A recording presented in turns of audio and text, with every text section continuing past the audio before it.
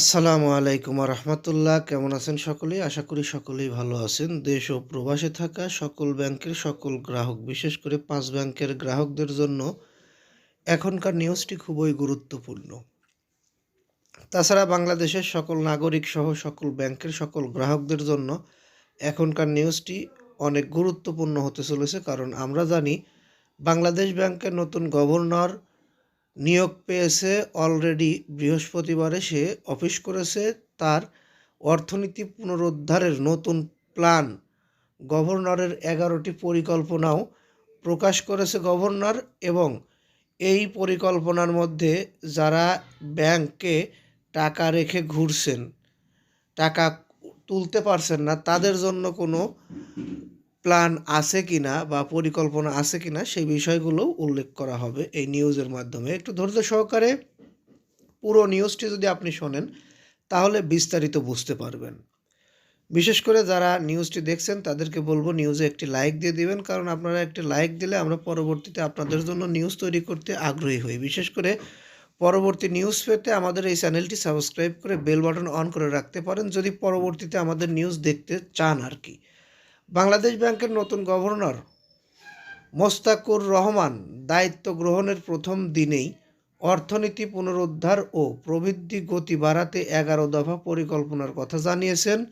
বৃহস্পতিবার ২৬ ফেব্রুয়ারি ২০২৬ সকাল ১০টা ৪০ কেন্দ্রীয় ব্যাংকে যোগদানের পর তিনি ডেপুটি গভর্নর ও নির্বাহী পরিচালকদের সঙ্গে বৈঠক করেন। পরে এক সংবাদ সম্মেলনে গভর্নরের দিক নির্দেশনার বিষয়টি তুলে ধরেন ব্যাংকের মুখপাত্র। নতুন গভর্নরের বক্তব্যে স্পষ্ট অন্তর্বর্তী সরকারের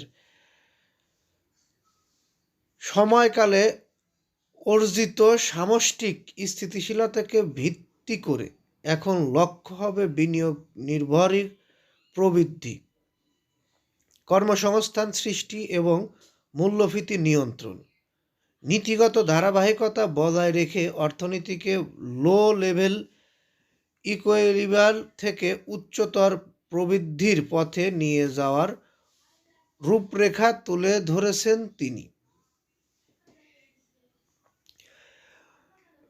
ওনার পরিকল্পনার প্রথমে রয়েছে স্থিতিশীলতার ভিত্তির উপর প্রবৃদ্ধি, অর্থাৎ স্থিতিশীলতার ভিত্তির উপর প্রবৃদ্ধি প্রথমে উনি বলেছেন এটি আগে করা হবে। এরকম ধারাবাহিকভাবে ১১টি পরিকল্পনার কথা তিনি জানিয়েছে।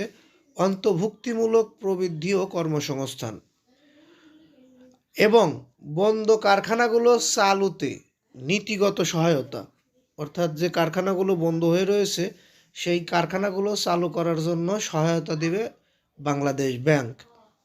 উচ্চ সুদের হার পূর্ণ বিবেচনা, এখানে অনেকের একটু কমপ্লেন আছে বা মতপার্থক্য রয়েছে, তবে উচ্চ সুদের হার পূর্ণ বিবেচনা করার বিষয়টিও এখানে উঠে এসেছে। মূল্যস্ফীতি নিয়ন্ত্রণের অগ্রাধিকার, অর্থাৎ মূল্যস্ফীতি নিয়ন্ত্রণ করতে তারা অগ্রাধিকার দেবে। সুশাসন নিশ্চিত, অবশ্যই সুশাসন নিশ্চিত করতে হবে। সুশাসন ছাড়া কোনো প্রতিষ্ঠান চলতে পারে না। অবজেক্টিভ ভিত্তিক সিদ্ধান্ত, সবাই মিলে সিদ্ধান্ত নেওয়ার যে বিষয়টি এখানে উল্লেখ করা হয়েছে, অবজেক্টিভ ভিত্তিক সিদ্ধান্ত, রুল বেসড ব্যাংকিং ব্যবস্থা। ৮ নম্বরে তার যে পরিকল্পনা সেটি হচ্ছে রুল বেসড ব্যাংকিং পরিকল্পনা। ক্ষমতা বিকেন্দ্রীকরণ নিয়েও তার পরিকল্পনা রয়েছে। আন্তঃসংস্থায় সমন্বয় করা নিয়েও তার পরিকল্পনা রয়েছে। কেন্দ্রীয় ব্যাংকের ভাবমূর্তি রক্ষা। পরিশেষে সে এই বিষয়টি উল্লেখ করে নিউজটি শেষ করেছে। তবে এখানে আমাদের একটি প্রশ্ন রয়ে গেছে, সেটা হচ্ছে যারা দুর্বল ব্যাংকগুলোতে টাকা রেখে ঘুরছে তাদের টাকা পাচ্ছে না। এই বিষয়টি নিয়ে এখন পর্যন্ত আমরা কোনো সিদ্ধান্ত নতুন করে জানতে পারিনি। এই বিষয়টি নিয়ে কাজ করছি, আশা করি আগামীকালকের মধ্যে আমরা এই বিষয়টি নিয়ে একটি সিদ্ধান্তের কথা জানাতে পারবো। যদি সিদ্ধান্ত হয় সেটাও জানাতে পারবো, না হলে সেটাও জানাতে পারবো। আমরা এই নিউজটি আর দীর্ঘায়িত করছি না। যারা তখন পর্যন্ত আমাদের নিউজটি দেখলেন তাদেরকে ধন্যবাদ জানিয়ে এবং পরবর্তী নিউজ পেতে আমাদের চ্যানেলটি সাবস্ক্রাইব করে বেল বাটন অন করে রাখার অনুরোধ জানিয়ে এখান থেকে বিদায় নিচ্ছি। আসসালামু আলাইকুম।